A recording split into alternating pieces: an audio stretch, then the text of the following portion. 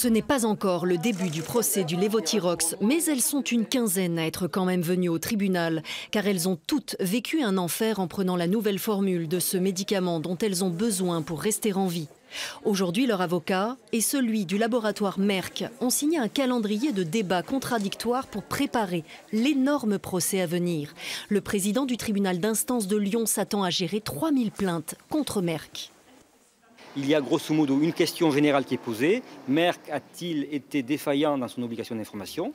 Et après, vous avez la conséquence pour tous les dossiers. Et là, il doit examiner dossier par dossier si les personnes fournissent bien les pièces, qu'elles sont bien malades, qu'elles sont bien sous Levothyrox, qu'elles ont bien pris la nouvelle formule et que cette nouvelle formule leur a causé des dommages pour lesquels ils demandent réparation. 10 000 € par plaignante, dont 5 000 pour préjudice d'angoisse, c'est ce que leur avocat va demander au laboratoire mondial dont le siège est à Lyon.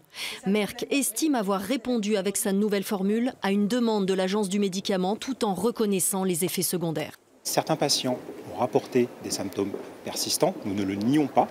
Les autorités ont très rapidement annoncé la volonté de mettre à disposition des solutions alternatives pour ces patients-là. J'hésite beaucoup avec le traitement palliatif qu'on m'a donné puisqu'on m'a prescrit la L-thyroxine pour remplacer une nouvelle formule de Levothyrox que je n'ai pas du tout supportée.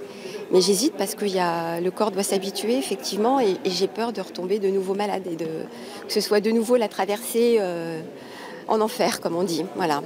D'ici au 15 février, le tribunal d'instance peut recevoir encore tous les dossiers. Le procès s'ouvrira le 1er octobre.